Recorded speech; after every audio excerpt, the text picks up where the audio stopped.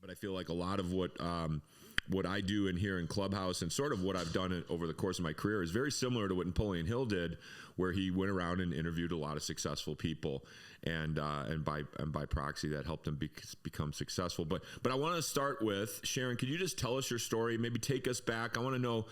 I mean, this is really what we try and do is get inside the minds of successful people and really figure out what made you tick. What was that moment that switch that flipped, that light bulb that came on for you that said, this is what my passion is, this is what my purpose is, this is what I need to be doing, and how you have sort of executed on that. But take us back to a little Sharon. Where did you grow up?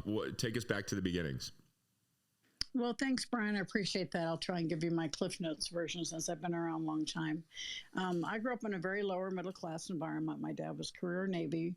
I lived in a little tiny house between my mother's beauty shop and my dad's used car lot. I was embarrassed to have my other friends come over because their parents were CEOs or Marine, they were military officers. And I swore I would get out of that environment and find success. Now, at the time, we also had rental properties, and so I was scrubbing out bathrooms between tenants. So I say I was a real estate investor since the age of 10. And I swore I wanted to be a professional. So I was the first generation to go to college, got my degree in accounting. I was one of the very first women to enter public accounting in the Southeast United States.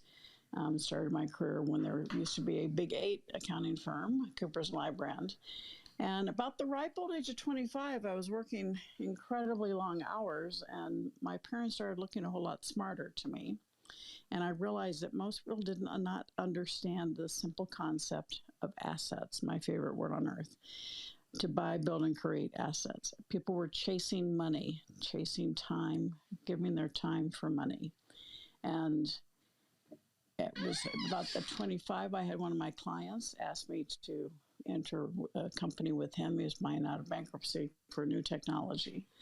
And I still remember sitting in my condo in Atlanta, Georgia, with the old yellow pad, pros and cons, about staying or going. And it didn't help me a bit. I could have gone, I could have argued both sides, but my hand kind of took off across the page and wrote, why not? Mm-hmm.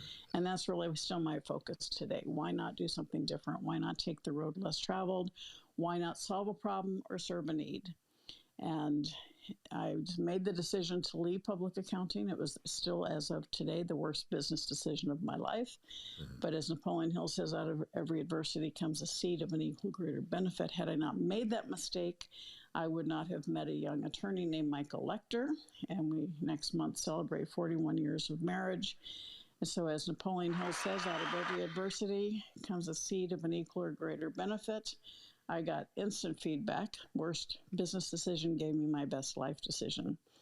And so I started, we got married, had kids. I started and sold a woman's magazine. I met the inventor of the Talking Children's book back in 1987, helped him grow that around the world, learned all kinds of things about publishing, about writing, about the power of association. So we had this new technology. Kids did, believe it or not, dinosaur days. The kids did not have technology back then. And so we said, how can we get parents to trust us? So we aligned with little companies like Disney, Warner Brothers, Sesame Street, Marvel Comics, and that allowed us to explode around the world. We sold that company in 91. That's when I moved here to Arizona. And my oldest son went off to college in September of 1992, came home in December in credit card debt. We didn't even know he had credit cards. Right. He'd gotten to campus, and there were the tables saying free pizza, free money, free T-shirt, free money. He had a really good time his first semester of college. But that was December of 1992. I was devastated. I was mad at him. I was more mad at myself. And that's when I dedicated the rest of my career to financial literacy, financial education, entrepreneurship education. And I'm as passionate about it today as I was then. And so I started working with school systems, hence my white hair in the picture. And then fast forward a few years, my husband, who's an intellectual property attorney, called me and said he met this guy. And I'm met Robert Kiyosaki at the first beta test for the board game Cash Flow. I'm the only one that got out of the rat race, but I loved it because it was consistent with correct me if I'm wrong, because I wanted to make sure I have this story accurate. Like he had an idea for a board game, right? And he brought that to Michael, who's an intellectual property attorney, and he said, "Hey, I want you guys to help me create this board game." Is that kind of how it went? And then you guys maybe had a better idea, or how did that conversation go? Yeah, he came to Mike with the idea, wanting to see if he could get it patented. And Mike, immediately recognized it as a similar philosophy to mine. And so he actually Mike introduced us and said to Robert, my wife has just come from this company. They do talking books, they do games. She might be able to help you. And so when I met him at the beta test, and I said I was the only one that got out, he was quite depressed. And I said, no, I volunteered to help him simplify the game. We ended up creating 2 games out of it. But in that process, he told me he wanted to charge $200 for the game.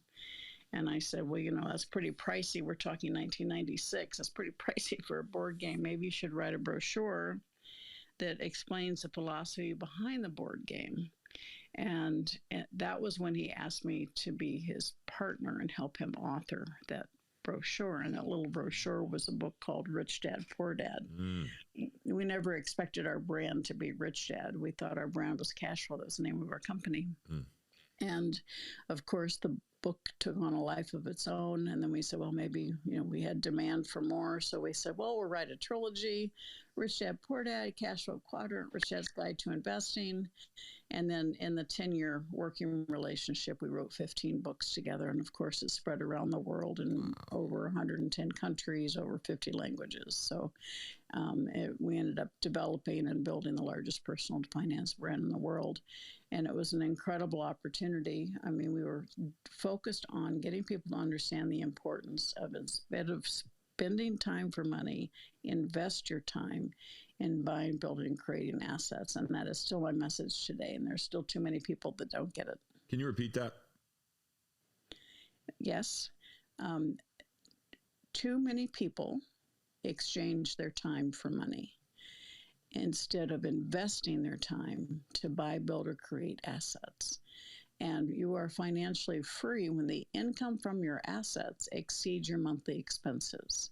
And it does not have to be millions of dollars. Right. Because both sides of the equation are manipulatable, right? You can manipulate, how much you spend, and you can manipulate how much you make and how much cash.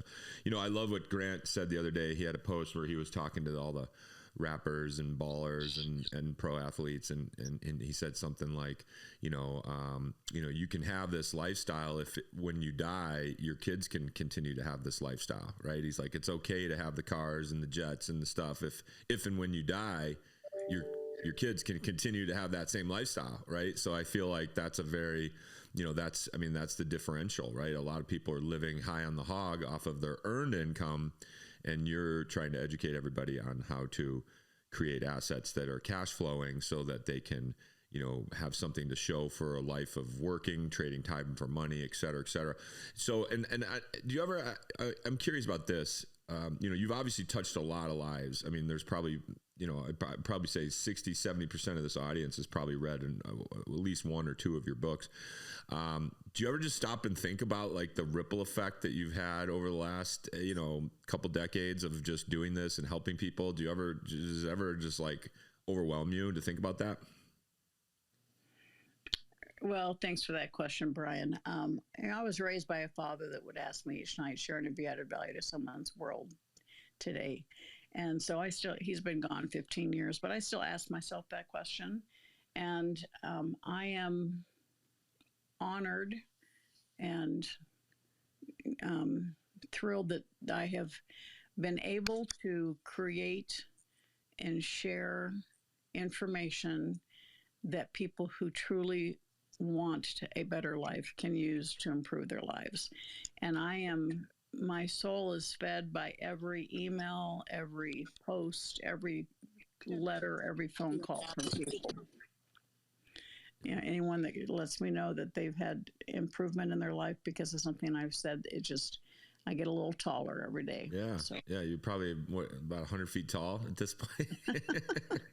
Well, and I pulled a few of these people up on stage. I want to go to one more kind of transition question. And then I really do want to just kind of make this a Q&A, because I know everyone's got some great questions. I know our co-host, Michael Banovic, who you've impacted his life, Alfonso Camargo, Suzanne Fuqua, who you've gotten to know, and she's a big fan. I want to make sure everyone has a chance to ask you some questions. We'll start with the co-host, but talk to me a little bit about this. This might be a selfish question. We've recently become partners, probably about 6, 7, 8 months ago, within the last year or so. It gets a little foggy around the COVID numbers for me, but I feel like it's kind of that lost year, right? It didn't count. And so, you had a chance. I want you to take us through. I know I pulled Lisa up, or at least I tried to pull Lisa up. I see her in the audience. I know, we've now partnered through eXp Realty, and you guys weren't traditional real estate people, you and Michael, right? You were investors. You had owned real estate. You bought and sold multiple properties. You have a 50,000 acre ranch up in northern Arizona, but you weren't like traditional real estate people. Can you take us through just sort of that moment when you looked at the eXp model, and sort of, what went through your head when you saw this, as someone who's probably seen every type of real estate model, every type of business model? I mean, obviously you just wrote the book on how to exit businesses rich. Could you walk us through that and kind of unpack some of that decision making and what you saw in the eXp model that made you guys go out and get your license? Well, thanks, Brian. Yeah, I'm always looking for ways to help people say, well, what do I do? How can I do this? What's my next step? And just imagine that ranch you just mentioned, cherrycreeklodge.com. We're up there with my dear friend, Lisa Copeland, who's, I think, joined us on stage here. So you can jump in and correct me, Lisa.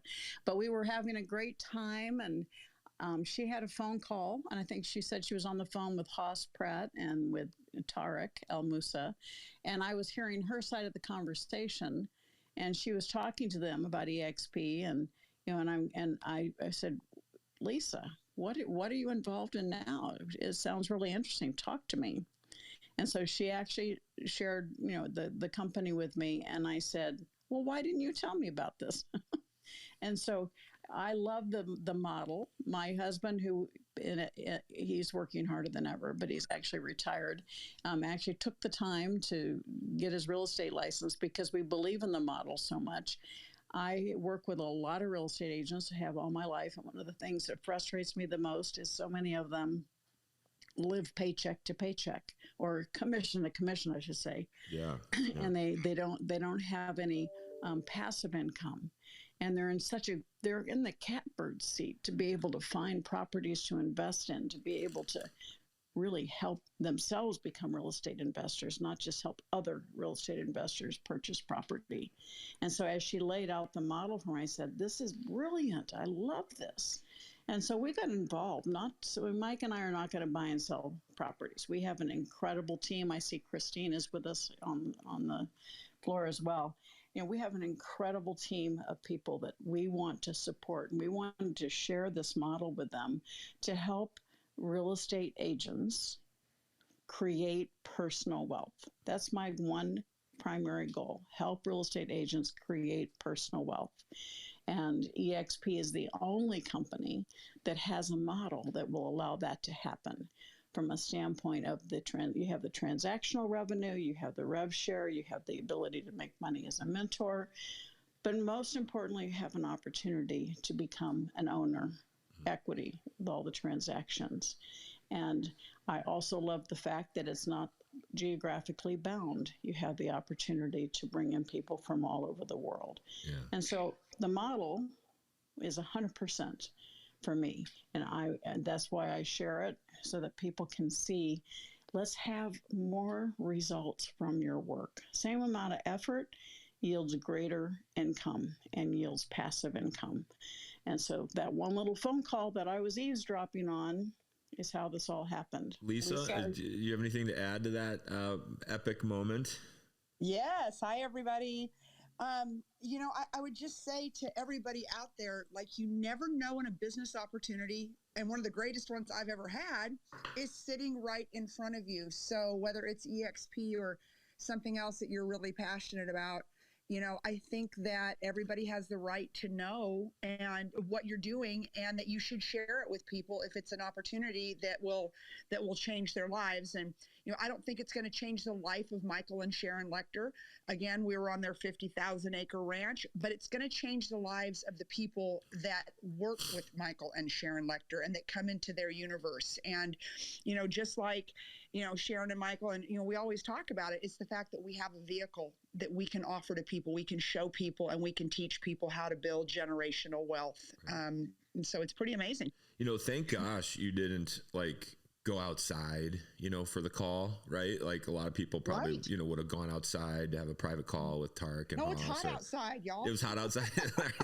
Thank God it was hot outside. Or muffled the phone or put, covered it up so you weren't being rude. Like think about all the variables and things that could have happened that would have maybe not allowed Sharon to hear that, the one-sided call, we'll call it. And the right? cool thing for me was, from a confidence standpoint, I had just joined EXP, probably within 90 days of that phone call. And of course, I was super sold on it because I said yes the second Tarek and Haas told me about it. I was like, yep, let's do it. Like, seriously, you recruit the way that you were recruited. Yeah. I'm a firm believer in that. Anyways, and so, but just the fact that Sharon being, one of the top financial literacy experts in the world, and she's like, whoa, wait a minute, tell me more about that. But the funny part that she doesn't tell, I'm like, oh my God, this is awesome, but you're not going to go get your license. And she's like, no, my dear, you're going to talk Michael into it.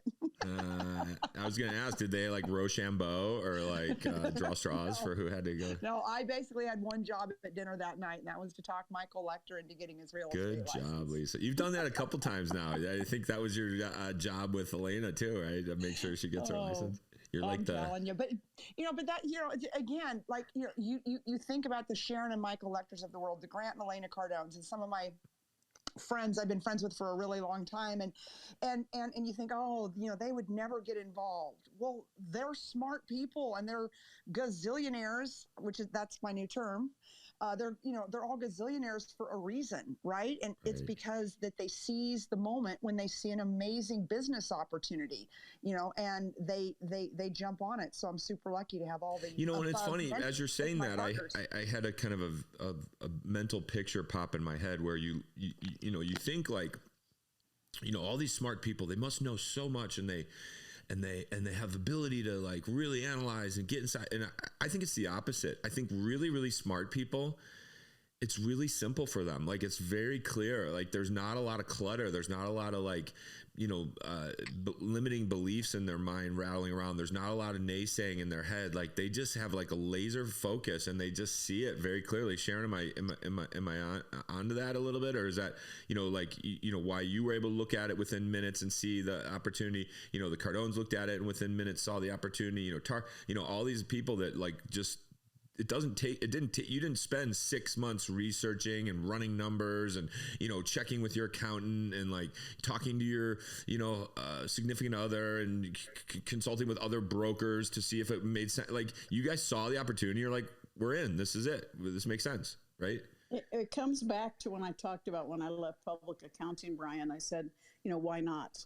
And so I think a lot of people, when you are a opportunity seeker, you say, well, why not? Why not do this? Well, if of course the answer is it's illegal, that's a good reason why not. But, ask yourself, why not? And instead of why, when we ask why, we're waiting for someone else to give us an answer. And actually, we're looking for an excuse not to. When you say, why should I do that? You're looking for an excuse. Right. When you say, why not? You're open to the possibilities. And so you're saying, okay, how can I add this to what I'm already doing? I did not need this in my life. But today, I would say I needed it in my life because it's brought an incredible group of people into my life. And I have some incredible women on my team, and they're bringing in incredible men and women. And I'm just really thrilled the fact that, we can share the information in a platform that was designed to support the agent. And to be working alongside Lisa is always fun. It always keeps me. It was almost like you manifested it into your life, right? You kind of made the EXP model find you. Well, I just think that's amazing. I mean, the hair on my arm is standing up, literally. I would take a picture if we had the ability to share pictures on Clubhouse, but thankfully we don't. So I want to kind of go around the room here. We'll start with Michael Banovic. I know Michael and you have become close. He's a big admirer. He's been a big fan of you. I know you've impacted his life and people in his life immeasurably. Michael, what do you have to ask or Sharon, comment? how are you? So, Brian, before you cut me off, I want about 30 seconds to take as much time as you need, brother. I made sure to clear the row for you. Go ahead. Thank you. So it's funny. Last night I was watching your TED Talk again on YouTube, Sharon. And if anyone hasn't watched Sharon speak, she has the ultimate servant's heart, and I think it's important to see what she talks about. And a lot of people don't know, Sharon, but maybe you can share. You know, you lost your son. That was one of many traumatic moments in your life.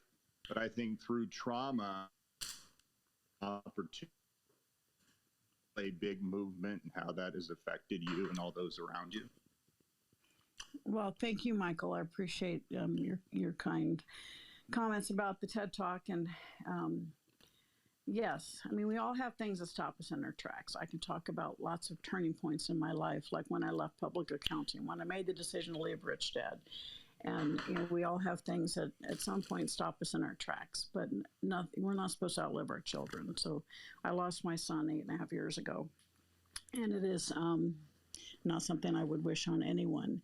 And it really, as I explained, I've always played a big game. I've always played with the Disney, Warners, and Time Lives of the world. And I found myself what I call in a land of numb, living life in neutral.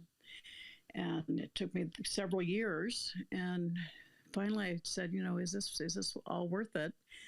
Maybe I should just retire. I was already in my, close to 60. I said, well, maybe I should just retire. And got a lot of pushback from family and friends. And I share that I think I also heard my son in my ear, get over it, Mom, there's more for you to do. And so I made the decision to play big again. But I thought, I'm not going to do it alone this time. I want to share what I'm doing. I want to invite other people to come along. And so I formed the private Facebook group, the Play Big Movement with Sharon Lechter. It's free to join. I do broadcasts in there every single week, and people are there to share what they do and to support each other. And it really is about being number one in your field, living your legacy, because your legacy is created every single day with every heart you touch, and creating maximum impact. And my message, particularly in the last year and a half, this applies to a lot of people. We all have something that stops us in our tracks, whether it be a death, a divorce, a financial setback, an illness, having the world stop as it did the last 18 months. But you're still here, and you're still here for a reason. And whatever you went through, you become stronger as a result of it, and you can help other people going through it. And as my messaging is giving me even more encouragement, more passion to help other people. I started doing one-on-one mentoring. Never did that before because I was doing publishing and speaking. And doing the one-on-one mentoring has helped fill part of the hole in my heart from my son. And it's something that I choose to do because, again, that's exchanging time for money. But I have the ability in my life now to choose to do that because it's something that I feel is something that I can do to help me as well as to help the individual mentee. And then, it's the messaging is that we all have stuff that stops us, and power through. I say power through and persevere and know that you're still here, and you can choose to be numb, or you can choose to make the most of every single moment we have, because we can make money, lose it, and make it back. But you cannot get your time back. And time is our only precious resource. And Mike and I could sit and watch TV and not do anything. But I am fed by the things that I work on. In fact, I've gotten, this year I've been involved in 3 new initiatives, 3 new companies, which is crazy. People say, are you crazy? I said, yes, I am. And I'm loving every minute of it. So one of the things, I was touched when you actually added me on Instagram. And for all of you who don't follow Sharon yet, I highly recommend that you do. There was a quote I was reading a couple weeks ago that made me think of you, Sharon. It's, you focus on yourself, you'll always be broke. on the enrichment of others, you'll be enriched for the rest of your life. And I think you're a big embodiment of that. Oh, thank you, Michael. That's a fantastic compliment. I appreciate that.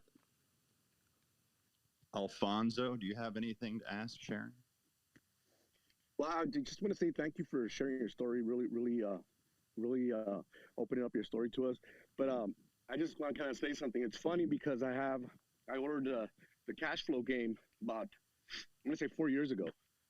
And I bought 2 of them accidentally. So they're sitting there by my kitchen, and I touched them yesterday. It would have cost you $400 back in the day, by the way. Hey, I'm a baller now. So I have one of them. It's open, and we've never played it, and one of them is closed. And now it just says, okay, Alfonso, you got to play the game now. And I'm gonna set up a cash flow game party now because you mentioned it. Get those boys playing it. Thank you. Absolutely. Well, thank you, Alfonso, and you'll enjoy it. You'll love it, particularly being in real estate. And call me if you have any questions. Thank you so much. I love that. Hey, Suzanne. Good morning. Hi. Good morning, Sharon. I just loved it when you started out talking today, and the light bulb came on when you said you had a pen, or you didn't say it, but I visualized a pen in your hand and the paper, and you were thinking through whether to leave this industry that you were in or move on, and you wrote down why not. And that is really that was the springboard that you jumped off of to take you to something else, and it turned into life's best decision. And I love that because way your thinking has opened us up to a whole higher level of doing things. And for me, listening to you today, I understand a lot about winners sticking with winners, and I understand about living the life that we want to live. And quite frankly, I've always pretty much had somehow I've always lived a beautiful life, and I want to continue by giving back and by helping agents succeed. And through EXP, I can do that. And I have things that have individually impacted me in life. I've been lucky enough to have dinner with the president, to spend times on yachts with people who were far above where I could ever be. I mean, I've been able to live internationally. I've had all sorts of wonderful things. All those things come together collectively for me to give some little piece to build into this group. And EXP has given me the framework. And I think I see the attraction that you saw. It's the only place that gives you a model, a framework where we can take and springboard off of that and give back and make it even better. And I think that's what you're talking about. Am I right?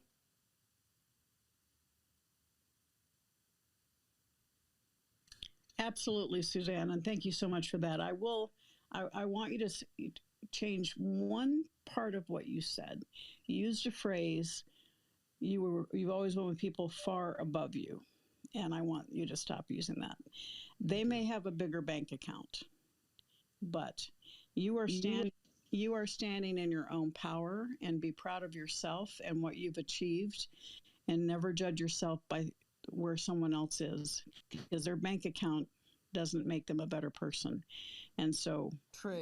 Just a little, hopefully we'll receive that in the heart given. So. Some verbal coaching, but I'll share this about Suzanne. She says that, but she's gunning for those people. I guarantee it. She will be better. She'll be above them at some point, and that's what fuels her, and that's what makes her so great, Sharon. And that's why she's got one of the largest organizations in EXP, is because she wakes up every day broke.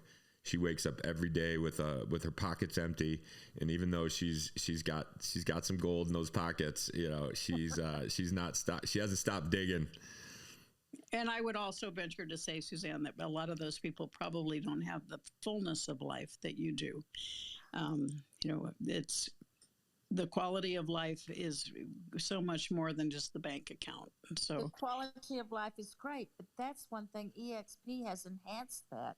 And being here, being with this group, with Brian, with you, with Michael, everybody here, we all collectively create a synergy that's just beyond what money can buy. It's beyond anything. We have created something together this morning. That's right. It's powerful. It really is powerful. It's really remarkable. I mean, this group, the way we support each other, the way we encourage each other. You know, I made a post a few weeks ago on Facebook. I said, I've never seen an organization operate the way EXP operates. I've never seen so many people rally around each other and encourage each other and comment on each other's Facebook posts. I mean, at least on social media, it's overwhelming. I mean, you make one good post and you'll get 200-300 EXP agents out of the blue commenting, liking it, supporting it, resharing it. And it's just like exponential. And I think a big piece of that is the stock, you know, the fact that we're all shareholder partners and that tie that binds us all together. But I want to do this. And again, let me reset the room. Thanks everybody for jumping in. We've got the amazing Sharon Lechter on today. You know, critically acclaimed author. She's wrote in book 3 Feet from Gold, Exit Rich, authored Rich Dad, Poor Dad, Outwitting the Devil. You know, some of the greatest books on success philosophy I've ever read and that have impacted my life immeasurably. You know, I often think of myself as kind of that young Napoleon Hill that was broke and destitute and didn't have a lot of skills, or I don't even know if that's true, but you know, just kind of like trying to figure out how to make his way through the world. And he decided he was going to start interviewing rich people. And I sort of glommed onto that concept at an early age in life. And I say one of my secret powers is I'm able to recognize mastery, and then I'm able to get close to it. And then I absorb it, and then I implement it, and then I share it with my tribe. But the real secret is recognizing mastery. And so when I first met Sharon, I recognized her as a master. And again, this is Closers Club. We do this every Wednesday morning. If you guys like what you're hearing, put it on your calendar. If you really like what you're hearing, hit that little plus bottom at the bottom of the thing and invite some of your people in here. You know, I want to expose this to as many people as we can. I mean, we actually set a little bit of a record today. I think we're pushing close to 150, maybe more people. I haven't checked in the last 10 minutes, but really, I mean, it's amazing. And then you can also push that little 3 dots in the upper right-hand corner next to Exit Rich with Sharon Lechter, and you can actually share this out on your social media. You can share the link out on text, get some of your friends, family in here that need to be hearing this stuff. Because again, that's why we do this. You know, Sharon's a giver, you know, Michael's a giver, Alfonso, Suzanne, you know, we're all givers. You know, we want to, you know, all of us could independently just go, you know, cash in our chips and sit on the beach and just get that passive income coming in and live a very comfortable, very financially free life.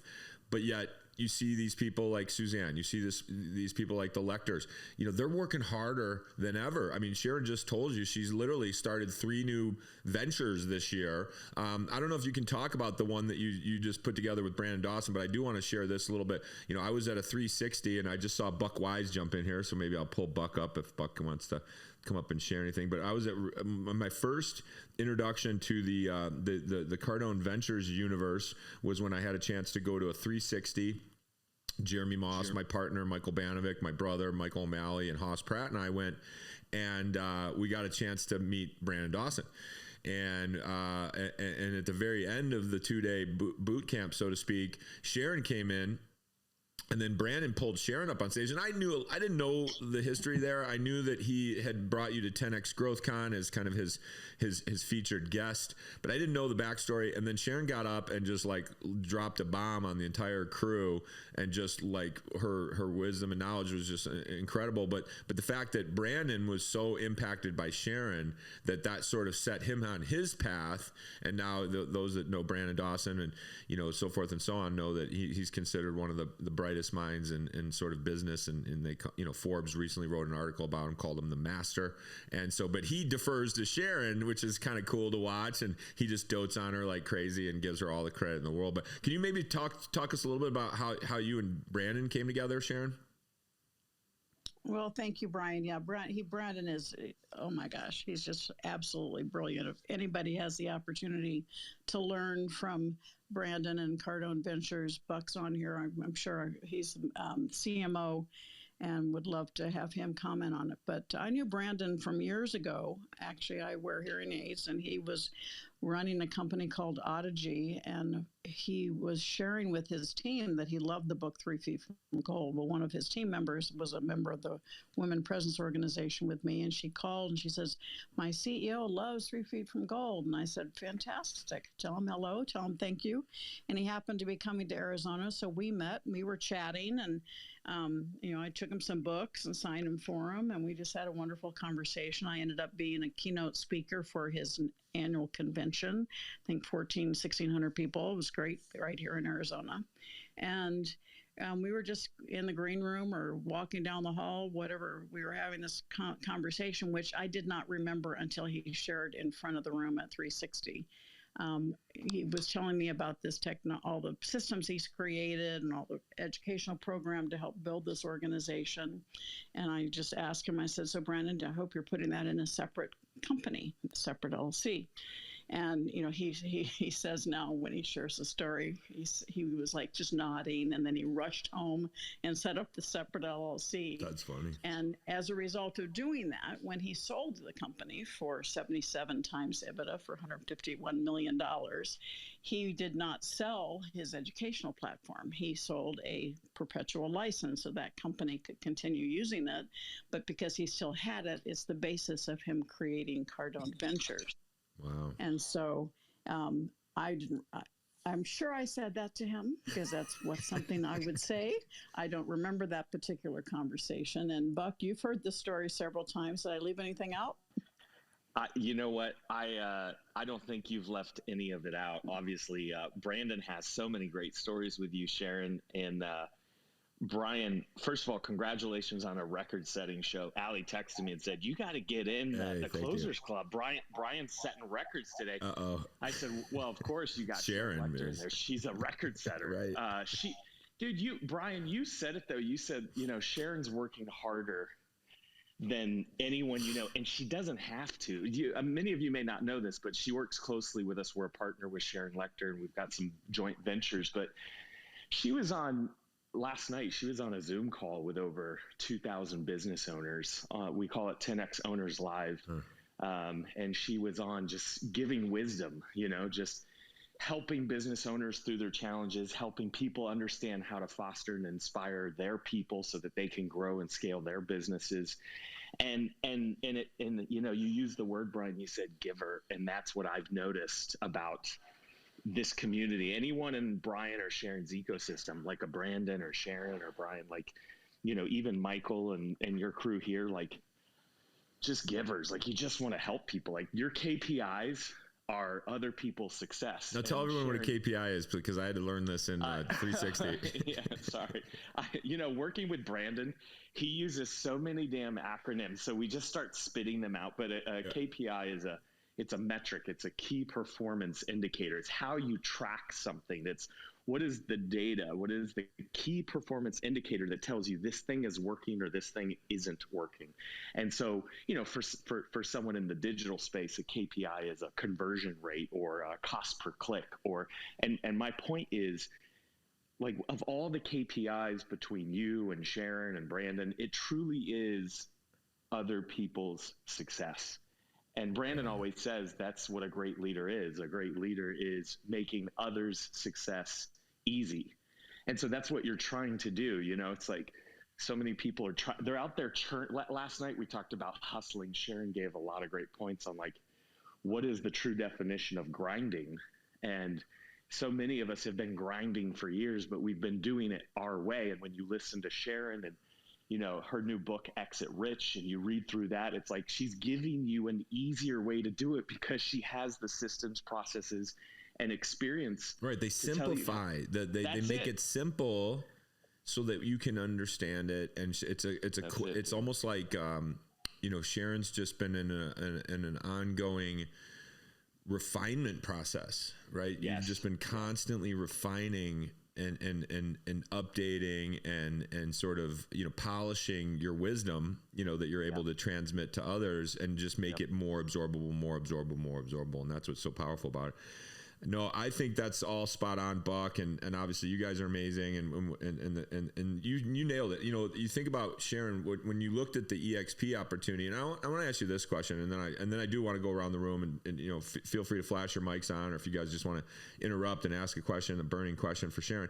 But you know, in real estate, we get a lot of people who it's like their second career, right? Or their third career, or their default career, or, you know, maybe it's a side business, or maybe they're falling into real estate, or they've decided to go into real estate, and maybe, you know, they've already, you know, had a couple businesses or a couple things fail, or maybe they've built a family. And so, you know, in the business we're in, you know, we're bringing people into EXP, you know, you got to kind of coach them up, and it's a lot of mindset, a lot of motivation, a lot of, you know, kind of pushing them a little bit to dig deeper.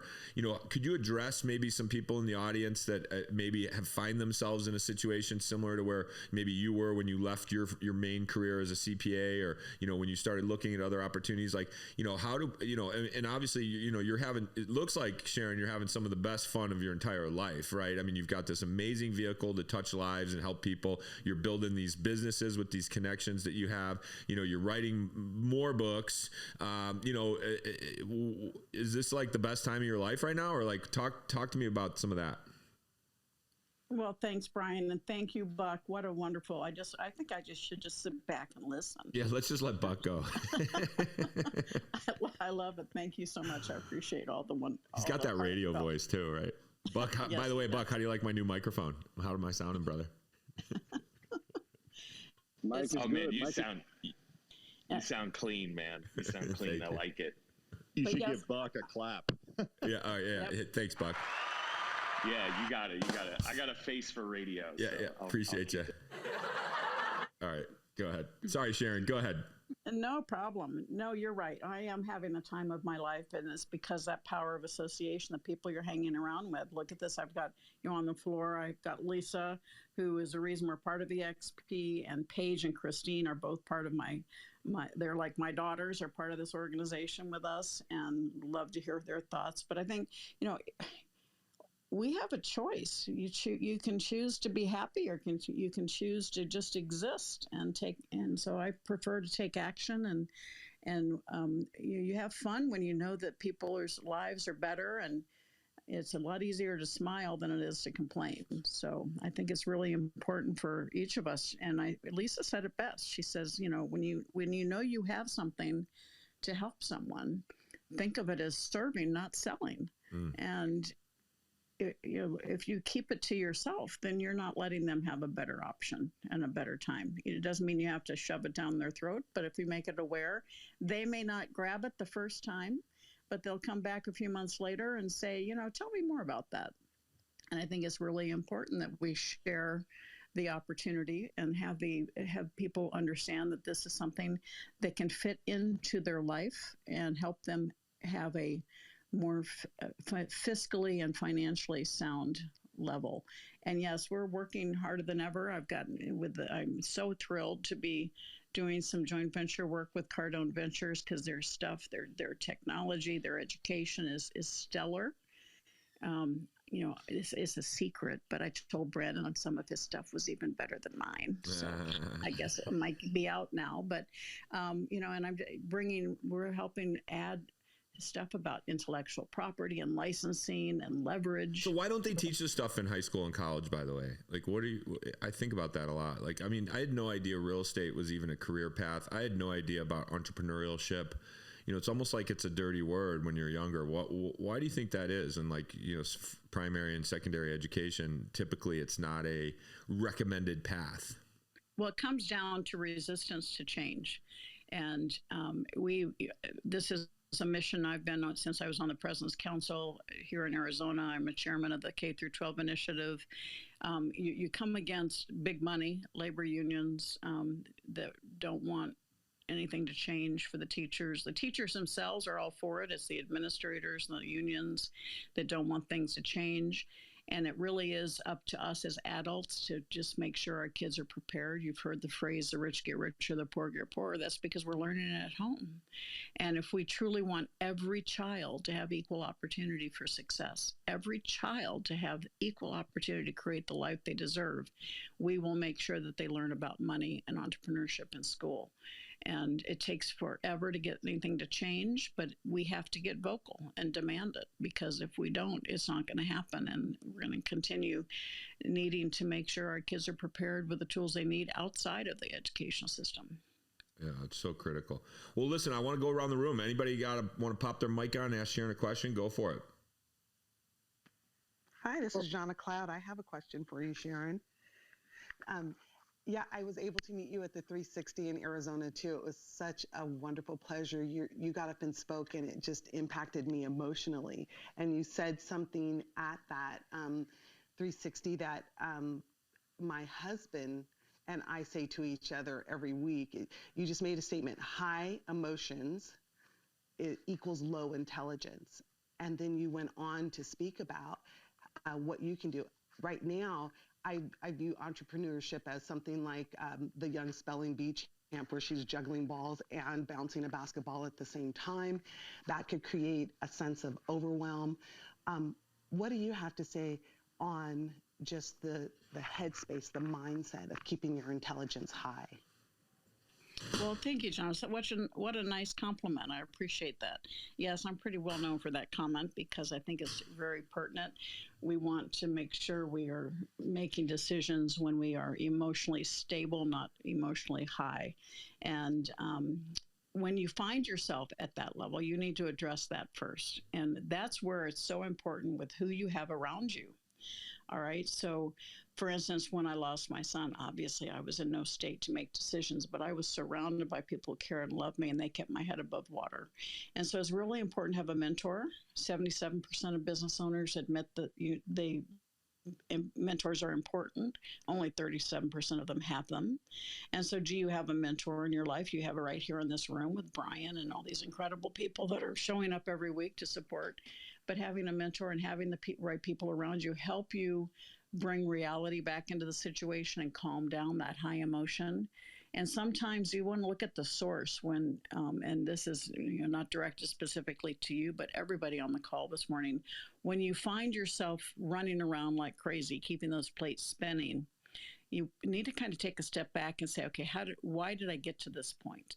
Am I trying to avoid something else? Because usually that's it. You're trying to avoid something else, trying to avoid facing a difficult situation. So you're out there doing something new and different. And then start prioritizing. And one of the things that we did here, and I do this on a regular basis in my own company, because I get myself into all kinds of different things. And we go through and say, okay, how am I spending my time? And then judge each of those initiatives in 1 to 10, trying to make it objective. What am I really good at? And then what do I really love doing? Another column. And then what's making me money? And then I average it out, and it starts helping me understand what I need to start saying no to, what I need to start weeding out.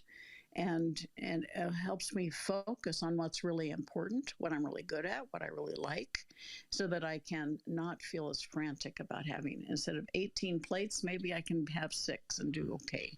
Or have the right team member I get a team member that's in charge of those plates so that I can have a little bit more calm.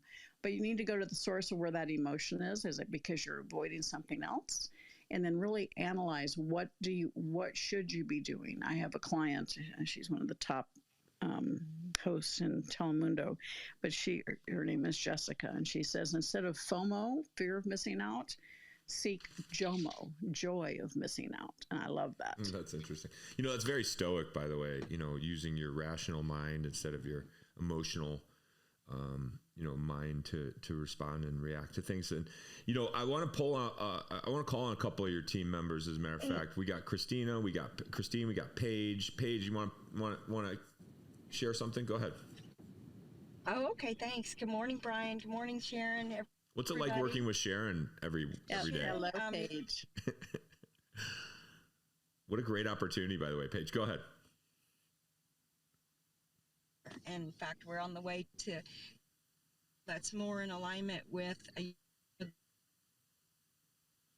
the power of your books to reach, millions of people. How did you mentioned a brochure, how did you get to becoming a successful author? And what do you suggest for people if they feel like they might have a desire deep down to become an author? Well, thank you, Paige. And Paige is an incredible real estate agent here in Arizona and one of the highlighted ones by preferred realtors for the Arizona Commerce Authority. So proud of you. And but thanks for that. Yeah, I think when you write a book, you want to write it as you speak. A lot of people want to sound intelligent, but it's really important to write as if you're communicating with the reader, tell stories, and it's all about the platform. I actually use the analogy of a three-legged stool. You can have the greatest book, greatest message. You can train yourself to be a great speaker, a great communicator, but that's only two legs of a three-legged stool, which, what happens when you only have two legs? Nothing good. So that third leg is your platform, understanding that you have to build the community, the platform, the communication systems, having people out there supporting you and sharing the book. And if you want to impact the greatest number of people, you have to create a business around the book, not just write a book, but what's the business around the book? And that platform is where most people don't focus on. They say, oh, I'm going to write this book. It's great. It's going to fly off the shelves. People are going to, no, you got to create the systems, and it's ongoing 24/7 promotion. And understand what you want the book to do. Is it the beginning of a journey? Are you using this as an attraction mechanism to get people in EXP, which is a great idea because it builds your authority. When I talk about the Play Big movement, being number one in your field, if you're an author, that makes you higher and gives you a little more respect and authority than someone who's not. So being number one in your field, living your legacy, creating maximum impact, and you get the opportunity to share your wisdom, and it elevates you, elevates the people you work with, and gives you a little cash in your pocket. So. Doesn't hurt. I grapple with the book question quite a bit. I feel like, should I write a book? Should I not write a book? Do I have a book in me? Am I ready yet? It's kind of it's a big deal though. I'm also kind of like, I'm a Socratic, and, Socrates didn't believe in writing and he thought it was irresponsible to write. And so I grapple with that, but then Plato came along and sort of cracked the code with dialectic and, figured out a way to transmit wisdom through the written word. And so, I get a lot, I just kind of psych myself out a lot. I'm sure I need to sit down with you, Sharon, and really analyze this, get inside my mind a little bit better and help me unpack this. But I want to go to Christine. I know we got a lot of your teammates up here. Before we go to Christine though, Sharon, if someone wants to come join you, work with you, be a part of your EXP organization, what's the best way someone in the audience can get in touch with you, reach out to you? Well, just email me directly, Sharon@SharonLechter.com. I never give out my personal email, but that's it, Sharon@SharonLechter.com. Would love to hear from you and see what we can put together, because we'd love to have you join our team. Yeah, if you think about this, joining Sharon's team, you can read her book, you can maybe go watch her at a lecture, pay a couple grand to sit in a seat somewhere, or maybe hire her to train you for, a couple $1,000s an hour, or you could, go get a real estate license, or if you have a real estate license, and you could, sign up and name her as your sponsor, or someone in her organization as your sponsor. And for $150 and $85 a month, you can work directly with Sharon Lechter, Michael Lechter, and her amazing team all day, every day. So think about that value proposition. That's there's probably no price I could put on that. But if there was, it would be in the tens and tens of thousands of dollars to have that kind of access to a Sharon Lechter. So think about that for a second. So, all right, Christine, do you have a comment, question, something you want to share, or we'll just go around the room here? All right, she might be on the phone with a client. So let's go around go ahead, Christine, please. Hi there, Brian, and thank you, Sharon, for sharing your pearls of wisdom and sharing your energy. One thing that you say that rings true in our family, because I'm at EXP, and Sharon, within the context of EXP Realty, is my mother, and Paige, who just asked the question before on what we ought to think about if we're thinking of writing a book is my sister. And, power of associations, Sharon, you always say where 1 + 1 does not equal 2, but equals 11. And, I just have to say that, I'm living that with you. And I think that, one thing that you say as far as, finding financial freedom, because that is what you teach people all over this country and this world, is assets are sexy, but so are power of associations. And I just feel so privileged to be working with you day in and day out. And and if any of you out there are thinking of, of joining a new venture or thinking and wanting to grow rich, we'd love to invite you to be part of our team at EXP. It really is like family. Yay. Paulette, I pulled some people up that raised their hand, so I want to make sure I give them a chance. I know, Paulette, you raised your hand. Do you have a question for Sharon? I do. And Sharon, I know you from many years ago in San Diego when Robert Kiyosaki and Linda Chandler and Marshall Thurber and Buckminster Fuller, they were all getting together and talking about Money and You program with Dame Doria. So I just wanted to say there's a little history, and it's been decades. Those are some big names. Yeah, and I look back on it, and this group, Brian, popped up just out of the blue on my phone. I happened to look down, and I saw that Sharon was one of the guests. So that's what attracted me. And I'm saying, boy, talk about a sequence of events. But I just wanted to say thank you for doing this, Brian, and Sharon, thank you for the inspiration, because over the years, I left the dental industry to become a person in the fashion industry, and have run a company in consulting for 27 years, and saw that you had written some books and kind of kept track of you over the years.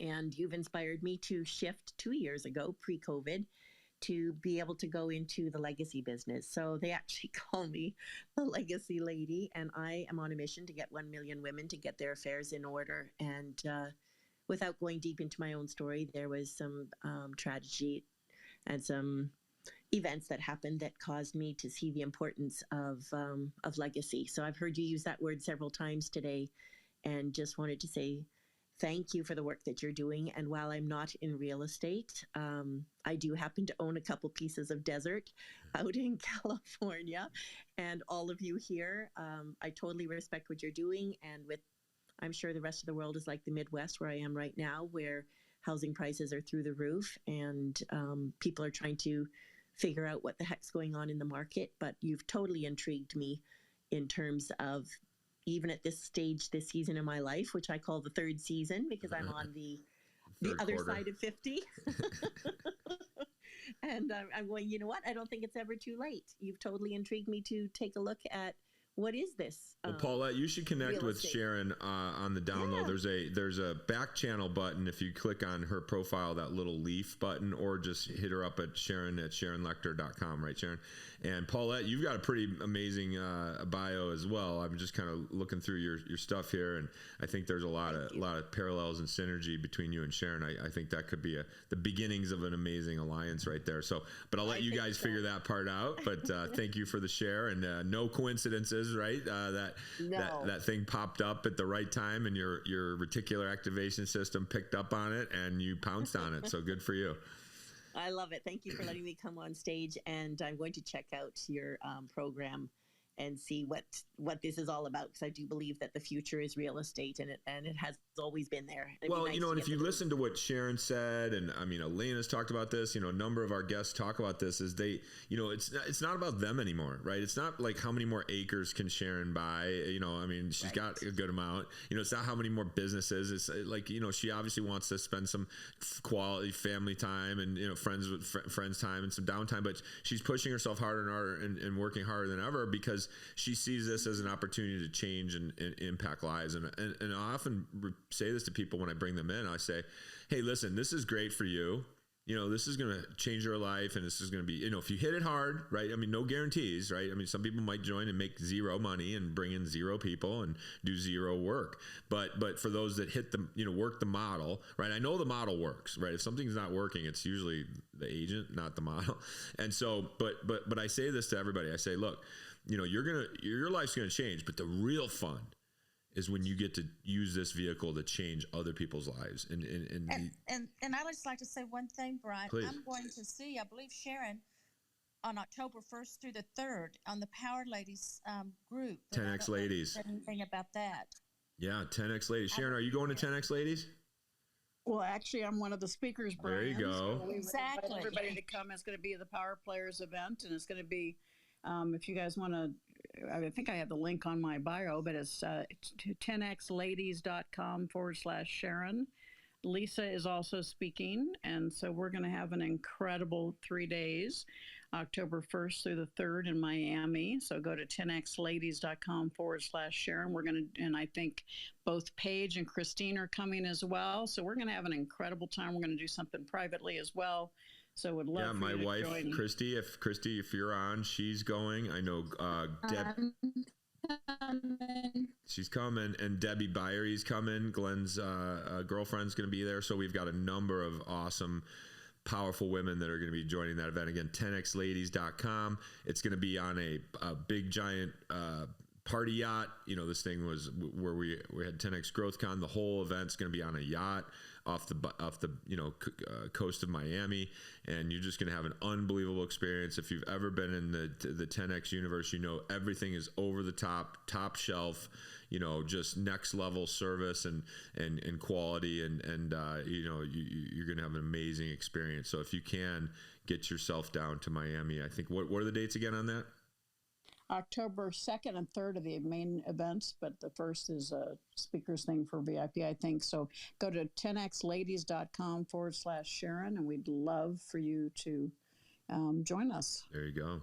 And that's the other theme I see a lot with you, Sharon, and a lot of the certainly the women that you're bringing in is this and Paulette, it's all over you're is helping women. I think you want to touch on why that's so powerful. I mean, I think I can guess, and I have my thoughts. I've heard you speak on this a little bit, but maybe share with me why traditionally, women aren't, the focus of business literacy, if you will. Well, Brian, I think the steps of success are the same for men and women, but we approach them very differently. And typically, I always get in trouble when I generalize, but I'm going to do it anyway. It's okay. Overall, women have a lack of self-confidence, and they need to learn how to stand in their own power and to be bold. And that's what I try to do. That's what this whole Power Players event is all about as well with Elena, is to understand that we have a responsibility. A lot of times, just it's societal. We're trained to rely on the husband. And it's like a man is not a plan. You need to stand in your own power and understand that, women already make 85% of all commercial decisions and retail decisions. And I think they definitely influence the other 15%. So we're going to inherit $30 trillion in the next couple of decades. So with that comes tremendous responsibility. We need to understand money. We need to understand business. We understand how to create assets. And, as I said at the very beginning, asset is my favorite word, and assets are sexy. And women, the older we get, our sexier our assets become when they are the financial kind.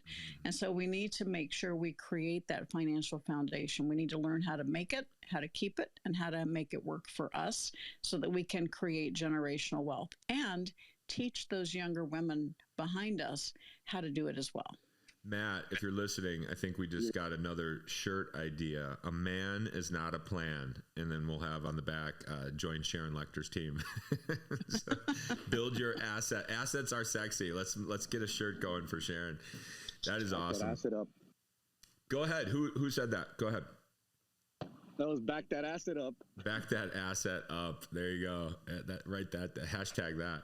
That's awesome stuff. And Sharon, as you know, in the clubhouse, nothing is off limits, right? We go deep, we go wide, we go all around the block. Again, this is Closers Club. We do it every Wednesday.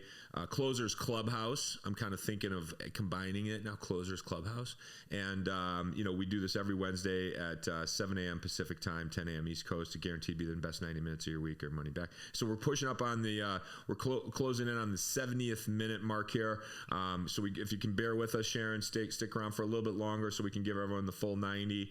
And by the way, do you guys know where the full 9 yards comes from? Does anybody know where that? terms come from? The whole 9 yards. Sharon, you ever heard that? The whole 9 yards. You know where that comes from? I'm always. Go ahead.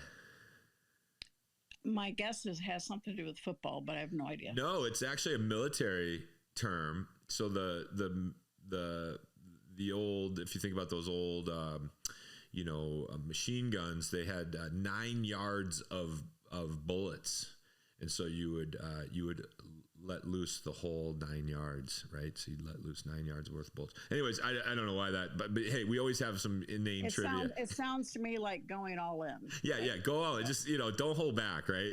Let loose. Well, that's awesome. And again, we always have some crazy trivia or some crazy inane, people call me the Cliff Clavin of quotes. So, I don't know where I picked this stuff up, but well, listen, I want to keep going around the room. I mean, I pulled a lot of great people. Dr. Let's see, we've got Dr. Anup. You had a question. Go ahead. Yeah, hey Brian, thank you so much for pulling me up. And hey Sharon, I'm an absolute fan of yours. And yeah, this is Dr. Anup from India. This is a 24-year-old guy, and you completely changed my definition of financial freedom. And yeah, asset is sexy.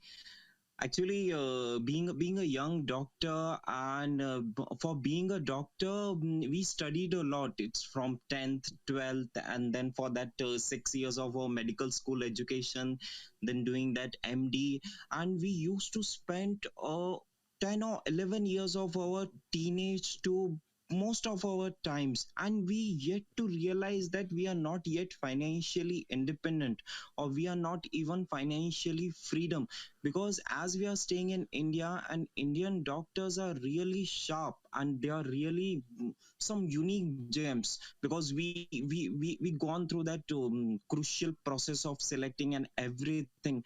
But you changed that thing, that because there's a question of mine. Being a doctor, I have this service kind of thing, that helping everyone, helping every patient. But asset is the thing that I liked it too much. But sometimes I feel that, Anup, are you not being greedy, or are you not being selfish, that you want to earn only money, asset. But you are here to serve some humans, some really kind peoples. And Sharon, I have this question, that can we balance both the things, that serving that humans too, and earning some generational wealth for ourselves too, so that these balancing the things, so that I'll not feel that a thought of it, that I'm not greedy enough to running behind that money and asset only. And can I play big from now onwards for a 25 years or 24-year-old guy?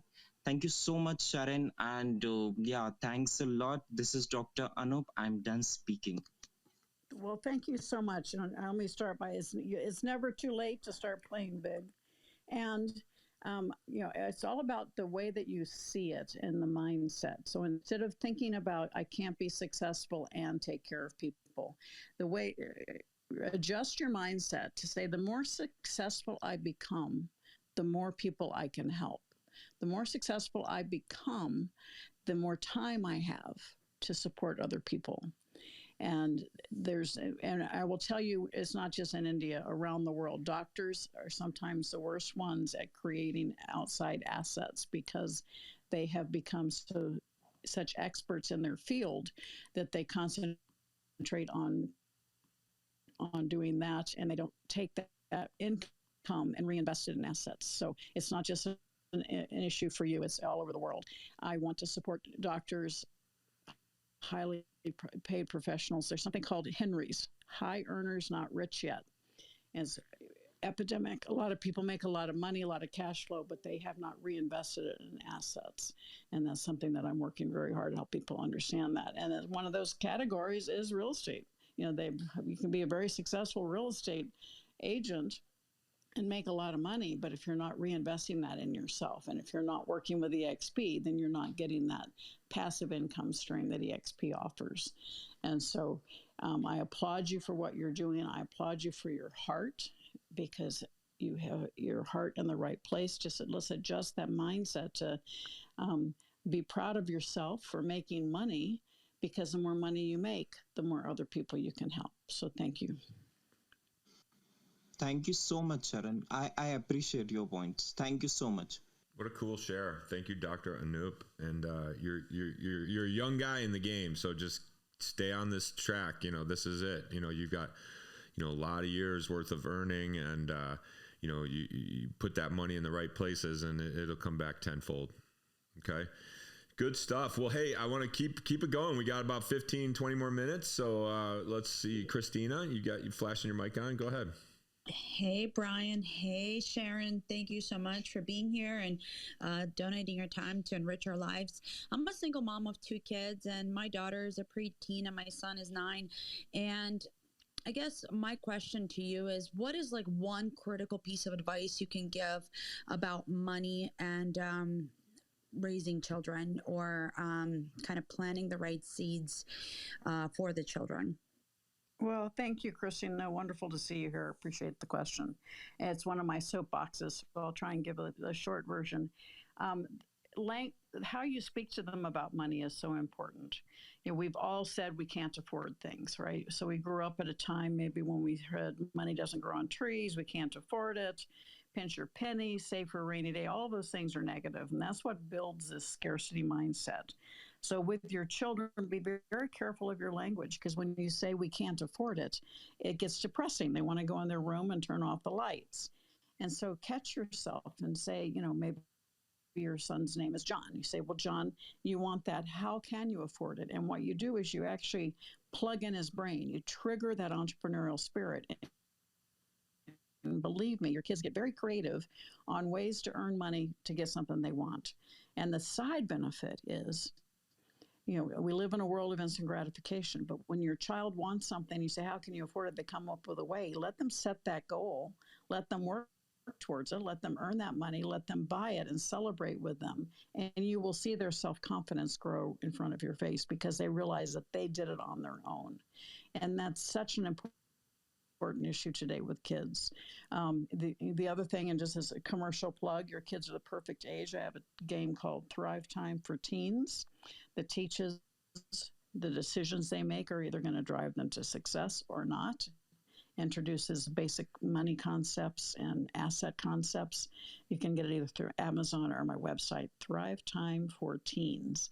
But yes, encourage them to set goals, earn them, and then celebrate with them. You know, Sharon, I got a text last night, or actually it was yesterday morning after my kids went to school, and it was still like, it was 8:42 a.m. So I think the bell rings at 8:45 for my 12-year-old, and he's in 7th grade, Weston, and he texts me, and he doesn't text me very much at all, right? And certainly not unsolicited texts, like rarely, if ever. You know, he's still figuring out the whole phone thing. You know, rarely charges it. He texted me yesterday morning, Brian, and he goes, "Can I buy some stocks from you?" With a little smiley face, you know, sunglass emoji guy. And I go, "What stocks are you talking? What stocks are you talking about?" He goes, "EXP stocks." And I go, "Sure, let's talk tonight."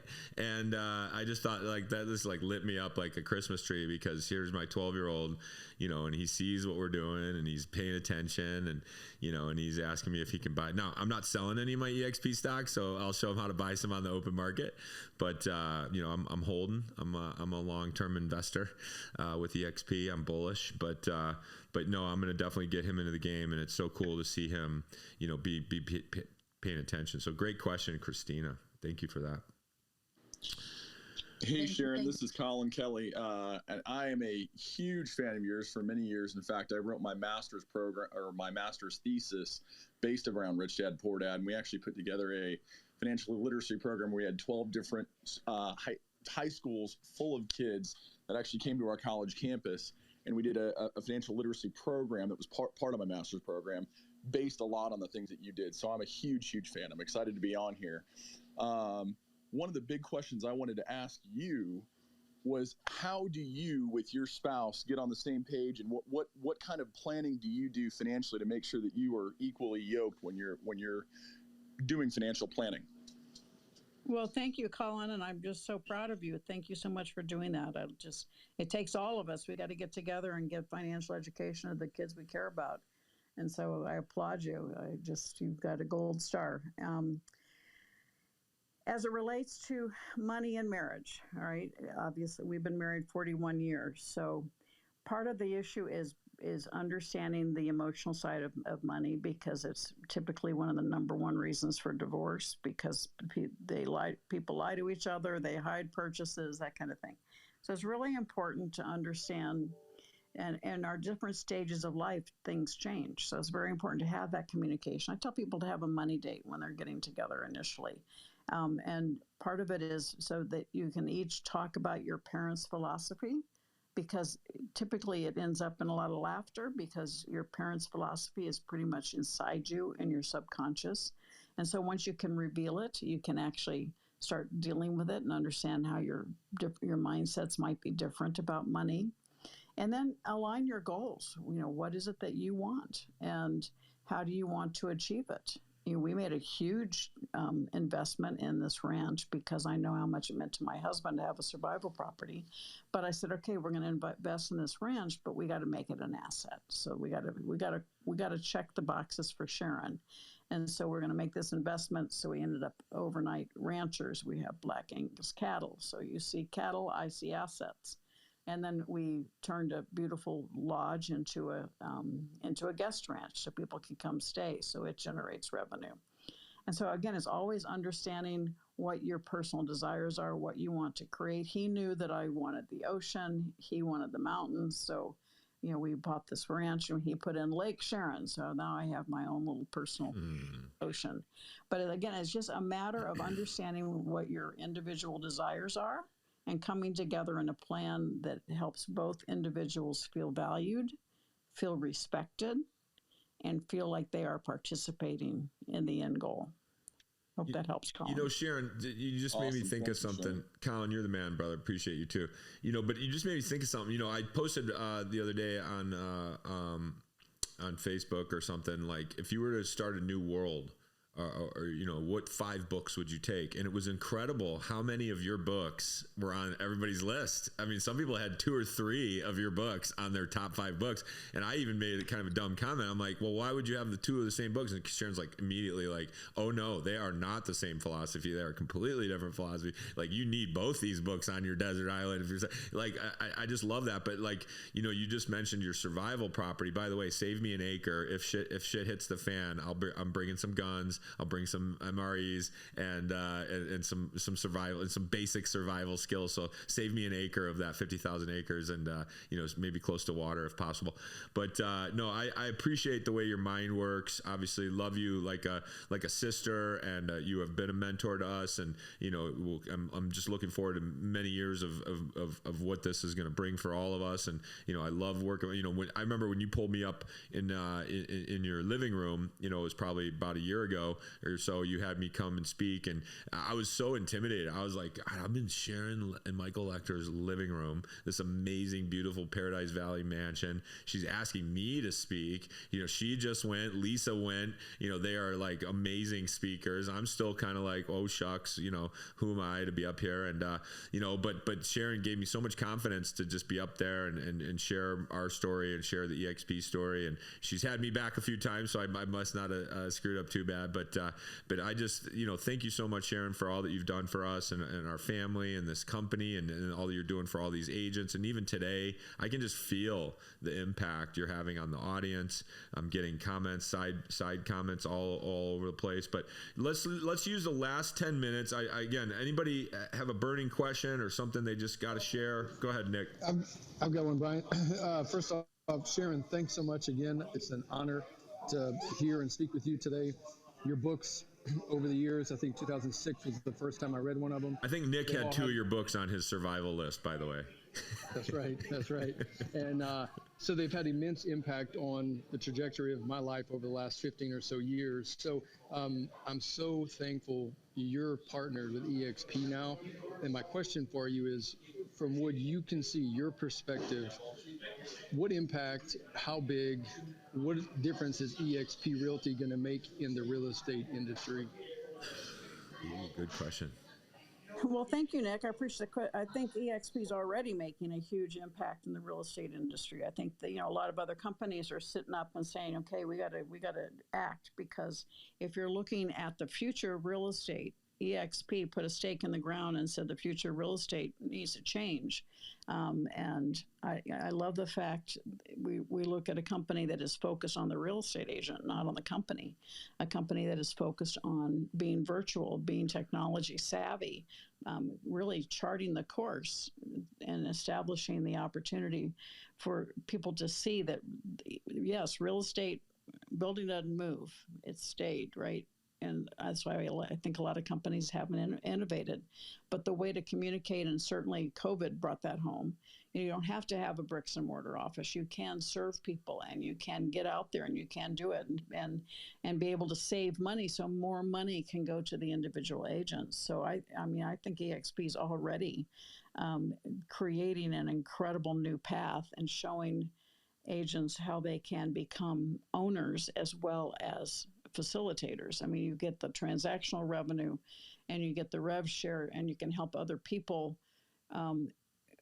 while you're doing it, help them build their own. And it's a collaboration, not a competition. I can tell you my group at EXP, they are always helping each other, even if there's no money involved. They're there to support each other, and all boats rise, right? So it's an incredible organization. I've spoken for almost every company out there, and so I have high respect for all of them. But I will tell you, I've never seen an organization like EXP where it is not a competitive environment, where it could easily be. It's very collaborative, very supportive, and it's something that people realize that the company itself is invested in supporting you as an agent, and I don't think a lot of the other companies see that. So I think it's already making that. So, but thank you for the question. No, I agree. Shay, go ahead, brother. Oh, thank you so much. First of all, I actually did 3 years at Ernst & Young, so when I started my career, so I like what you said about that. But what you just said, and I hope this is okay to ask, I just joined a couple weeks ago, and I'm trying to do my best to find one of those 9-minute videos that explains the model of EXP, so I can send it to my database and try to get people over. Would you ever consider doing something like that? Because I think hearing from you and what you just said would be very beneficial for everybody. Well, thank you, Garrett. I appreciate that. And Brian, you and I can talk about that. Yeah, let's do it. I mean, I think between Angela, my brother, we got the gear, we got the equipment, we got the know-how. I think getting a really cool, maybe 10, we'll give Sharon 10 minutes, right? Because 10 is kind of a powerful number for us. So we'll give Sharon 10 minutes. But I think you could do an amazing breakdown from sort of your vantage point on why this is a powerful opportunity that people should take a hard look at. I think that would be a great project for us. So Shay, thank you for asking that. Well, listen, folks, I mean, Brian, could I ask you a question? Please, absolutely. We still got time. Go ahead. Hey, how you doing, Sharon? It's a pleasure to hear you speak. My question is actually about what factors maybe I should be looking at taking my next step forward. So my passive income already, pays for my lifestyle, and my mind is telling me to try to go towards venture capital, but I know that also comes with a lot more headaches, a lot more problems, but I also feel like I'll be a lot more fulfilled. On the other side of the token, just getting as many rental properties as I can and kind of just going the path of least resistance, but I don't feel like I would have an end goal for that. So, I mean, is there anything in particular that you look at when you're trying to make those decisions? Well, I think that's a great question. I have to say my response is going to be, it depends, because I don't know your personal situation. And so for me to give you specific advice would probably not be the best. He's a young guy. He's with EXP. He's, a hustler. He's got a large audience. He's definitely motivated. He came down to the real estate summit a couple weeks ago. I had a chance to meet, Grant, and only had a question for Grant. And so Garrett's he's a young hustler, but he's doing well. What would be just some generic advice for someone in, mid-20s that's already on the game, but like what would be, I guess, I would have a similar question, Sharon. I mean, I look at what all the big players are doing, and, I was just at a debt and private equity conference in Vegas with some big players in the hard money space and in the lending space. Like when it seems like everyone who makes money, no matter how they make it, they either get into sort of the real estate, the private equity, or the debt business. Like, what can what are your thoughts on all that? Like, where's the best place to steer towards? Well, I would definitely educate myself with that and start, testing the market to learn. I always say learn on a small amount of money before you risk a large amount of money. And a lot of it is who you are and what you like to do. All right. So there are some people that love having 100 rental properties or 1,000 rental properties, or they love having 10,000 doors in apartment houses and having the control over that. Other people want to just say, okay, I'm going to find somebody that really knows how to do it and give them some of my money. Tariq El Moussa has a fund with Chris Hansen. I met Chris at a launch party to find out that Chris came up to me and said, I'm a multimillionaire because you came to speak to my entrepreneurship class 16 years ago.